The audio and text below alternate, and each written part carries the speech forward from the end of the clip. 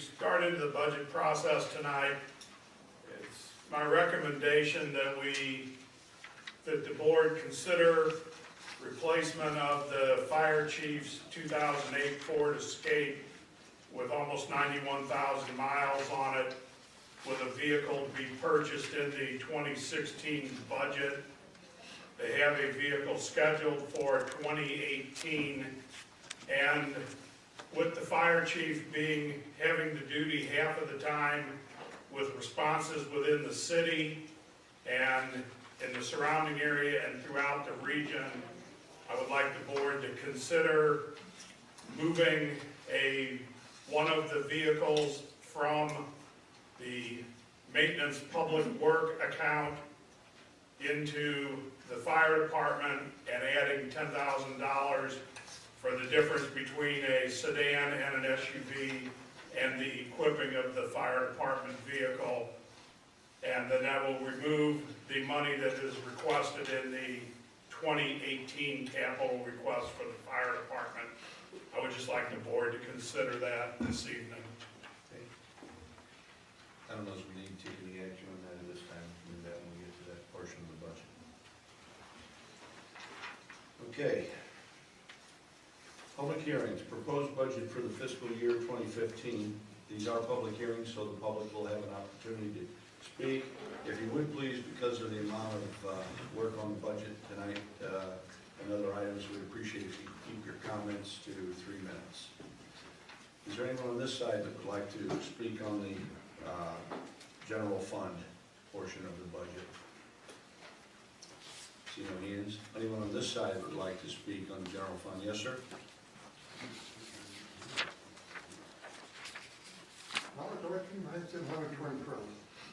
This is long overdue. I want to thank all of them here for what they did last Saturday. Finally got some leadership here in this town. I talked to the mayor before. The gentleman behind me, if he had bought gas at Sam's recently, you could save 35 cents a gallon here tonight before 9 o'clock. Last week I saved 45 cents a gallon. Here's the receipts. Thank you for your job last week. Thank you. Appreciate it very, very much. Sorry about that.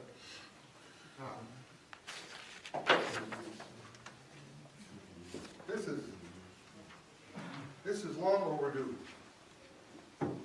Why do I save gas at Sam's like this? Simple. If I'm lucky enough to go by in the morning and see the price at one time, go by about 2 o'clock in the afternoon, it's a different price. Sam doesn't raise it until 9 o'clock tonight, or after 9 o'clock. Tomorrow morning it'll be up. So anybody here behind me wants to go get some gas, I just suggest you just leave, get your sand card out. It's true, Sam charges $30 a card. But believe you me, if you can save just $2 a week on gas, you got it made. Thank you. Anyone else on this side care to speak? Yes, sir.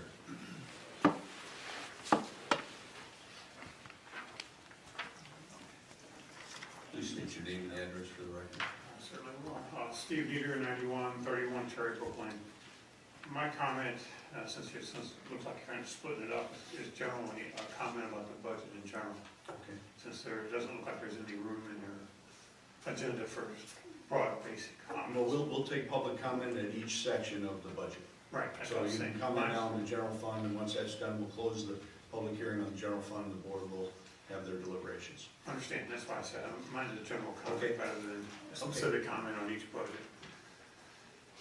Basically, a group of citizens who are closely scrutinizing the actions of this administration are growing concerned with chatter about tax increases, the unbalanced budget, and policies of this administration. The collaboration of this group of citizens concluded with these recommendations and observations. 1, a strong suggestion that the Board of Aldermen extend the current budget and return the proposed 2016 document to the city administrator and task him with the job of balancing the budget without using reserves, as well as providing plans to return the reserve balance to its previous total. 2, the Board of Aldermen should examine the policies regarding, let's talk about MIS, Management Information Systems, in case nobody knows what that means, our legal costs, maintenance, etc., of this administration, which created 2 consecutive deficit budgets. At the same time, the board should review the impact of the pay plan, the Athens Fire District tax, and how to manage those for the future. 3, the argument regarding a tax increase resembles the same logic used by the mayor while he was an alderman in 2006, when in excess of 70% of the voters returned a no vote for the Proposition 1. The same argument for a tax increase in 2006 is being repeated in 2015. The argument is we have a revenue problem. While revenue fluctuates, the actual problem is a spending problem. Spending is a key item the city has control over. Revenue you don't, unfortunately. In the next few days, I will be posting the history of proposed tax increases on my blog site, crestwoodnow.com. I am doing this to help the citizens understand the cycle of spend and tax history in the city of Crestwood. Thank you. Thank you. Anyone else on this side care to speak? Yes, sir.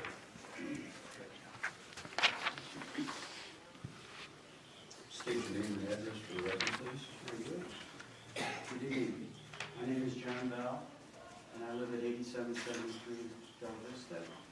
And I would like to make some responses available to the board regarding the budget of 2016. I'd like this copy of the record.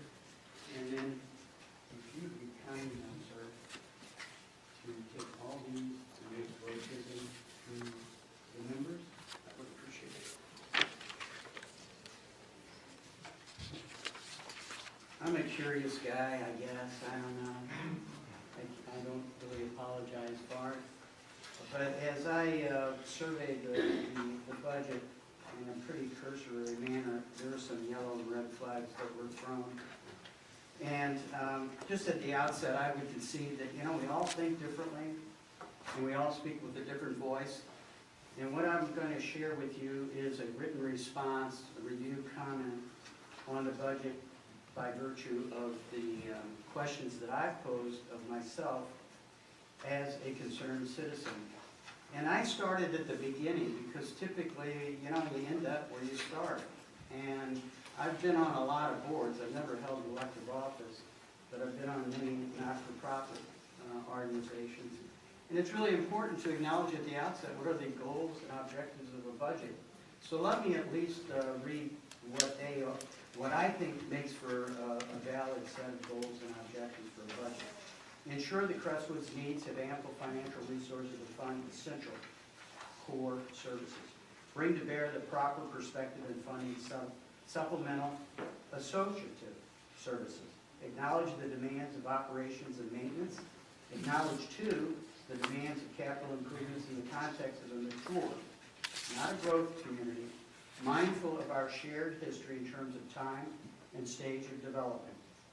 And then demonstrate the services are provided in the most efficient manner. Crisp, tightly budgeted expenses and a commitment to maximizing available revenues through existing taxes and fees. And it seemed to me it would be a valid question to ask, what are some of the broader economic indicators that inform the decisions governing the budget? And the 3 parameters that really jumped out at me was wages and growth, inflation rate, and prime interest rates set by the Federal Reserve. Because really what that speaks to is the pressures on salaries in a municipal budget and also the cost of borrowing money. And I think that I'll let you just take your own takeaways with regarding that. Because I am clearly not going to go line by item. But what I did do too is I looked at the revenue side in terms of the percent of total across all funds. And to the point that has been made historically by the mayor and others, most of the revenues do indeed come from the sales taxes, and the property taxes do fall within a range of about 10%. What I then did, I found to be an appropriate way to proceed and to try to make it as clear and concise as possible, is I rolled through all 4 funds. And I gave the descriptions as provided by the Ways and Means Committee, as well as what was identified in the ordinances that are under your consideration tonight.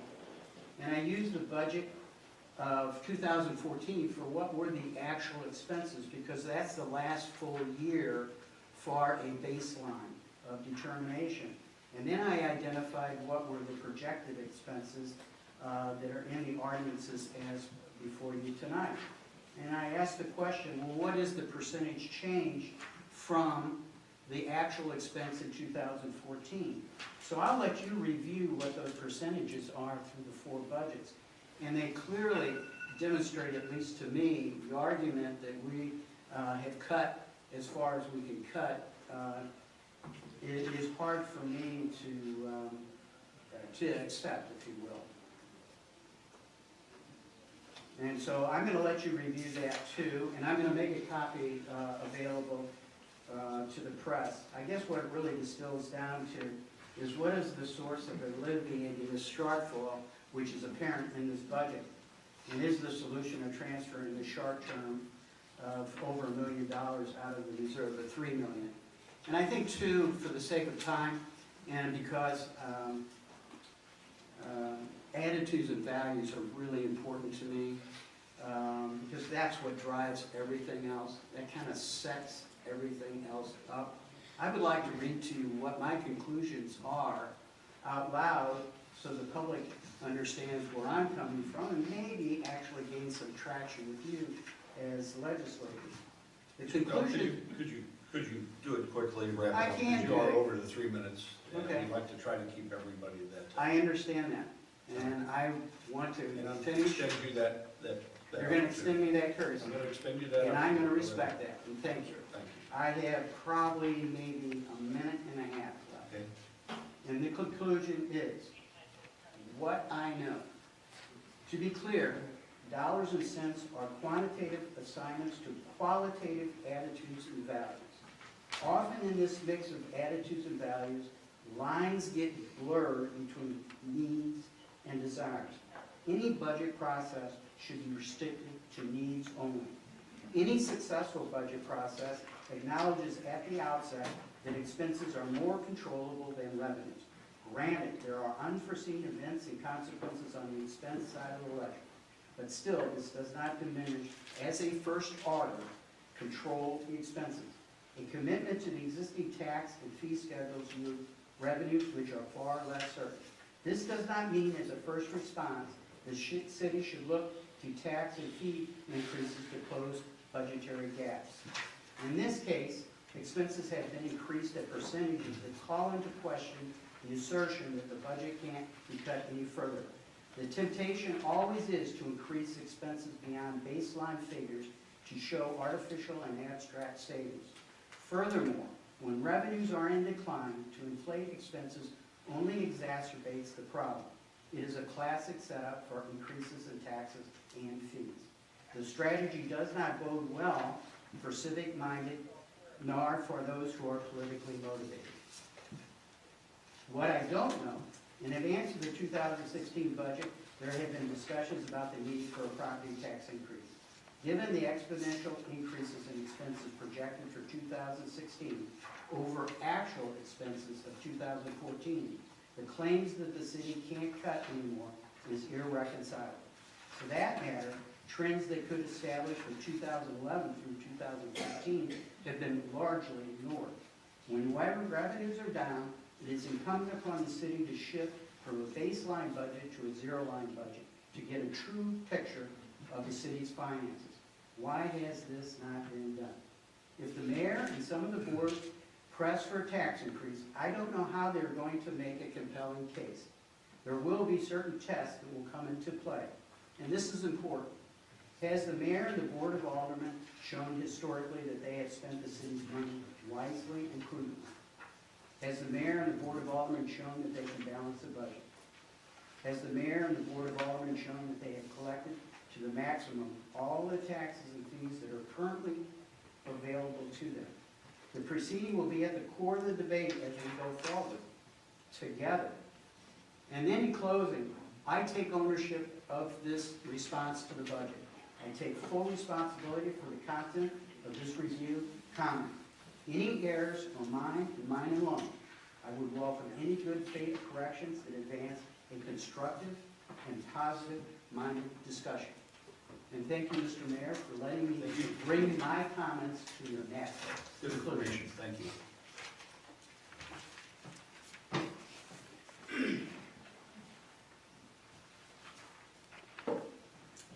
else on this side care to speak? Yes, ma'am.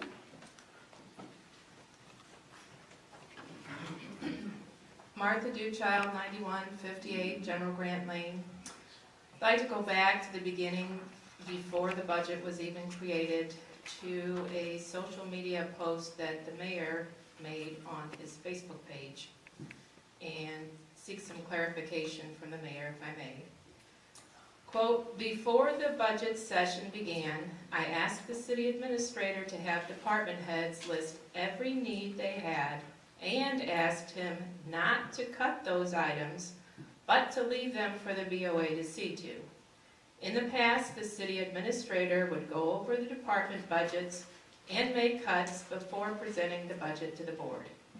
By doing so, many items were cut as non-critical needs to be addressed in future years' budgets. In my mind, this was not a sustainable practice." So I am assuming that that's what you asked the city administrator, That's correct, and did he comply with your request? for the most part. For the most part. Okay. I would like the board members to get out your charters, please. Board, if you may get your charters out, do any of you have your charter? And follow along. If you have the information, why don't you just go ahead and... I'll read it for the board. Under Charter Section 4.4E, the mayor shall have no authority to intervene or otherwise interfere with the exercise by the city administrator of the powers and duties provided by Section 5.2 of this charter. Under Charter Section 5.2F, the city administrator shall submit annually a recommended budget and a projected 5-year capital improvement, replacement, and personnel needs program to the mayor and board of aldermen. Note, the fact that it is being presented to the mayor assumes that the mayor has had no prior involvement in creating the budget. Also, from the job ad that was placed for the current city administrator's replacement, the city administrator is responsible for preparation in coordination with all department heads and the city clerk of the annual operating budget and of the capital improvement plan, and coordinating and organizing the city budget process through the Board of Aldermen adoption. Note, there is no role for the mayor to intervene and ask the city administrator not to make cuts to the budget. In the city administrator's job description, preparation and coordination with all department heads and the city clerk of the annual operating budget. In this case, for the 2016 budget, the mayor crossed a line established by the city charter, inserting himself into the budget preparation process in violation of the charter. The budget that was delivered to Ways and Means was not the budget that the city administrator would have prepared, but instead was a budget the mayor requested, because in your mind, what the city administrator normally would have done was not sustainable. The 2016 budget was front-loaded with every expense. In asking that the city administrator not make the necessary budget cuts, the budget that was presented had grossly distorted expenses, leaving a $1 million deficit. The mayor in this case did not respect the city administrator's charter-given authority and responsibility to create his own budget, leaving the city with a budget that has been designed with a political goal in mind. There is a reason that the separation of powers that is expressed in the charter, and what we have in this budget shows that the charter should be respected. And therefore, I ask this board not to approve this 2016 budget and instead send it back so that it can be prepared and created in full by the city administrator with no interference from the mayor. Thank you. Thank you. Anyone else on this side care to speak? Yes, sir.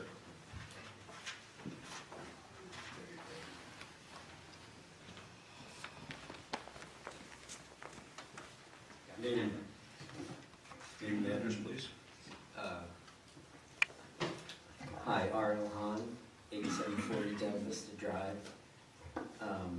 Okay, 3 points. One,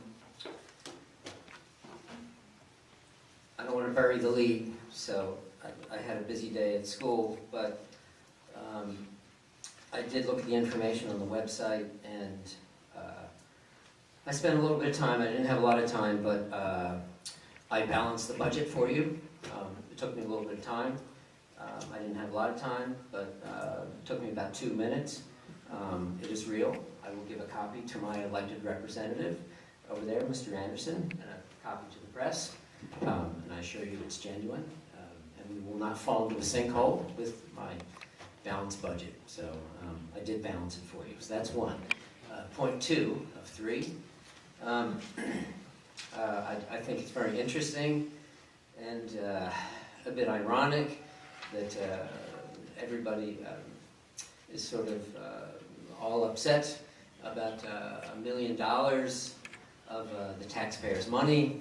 And just to do a quick rewind, wasn't that long ago where several of us were quite a bit upset that $28 million of the taxpayers' money were pledged to a rich out-of-town developer with, just like that, with very little public discussion. So I find it very ironic that now $1 million everybody is all upset about when the discussion about $28 million happened very quickly. Okay, point 3, back to our budget here.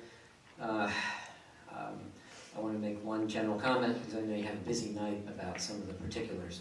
So point 3 of 3, I sort of have to ask myself, looking at the budget that you proposed, one thing I'm wondering about is, you might say, the stewardship of our money in the last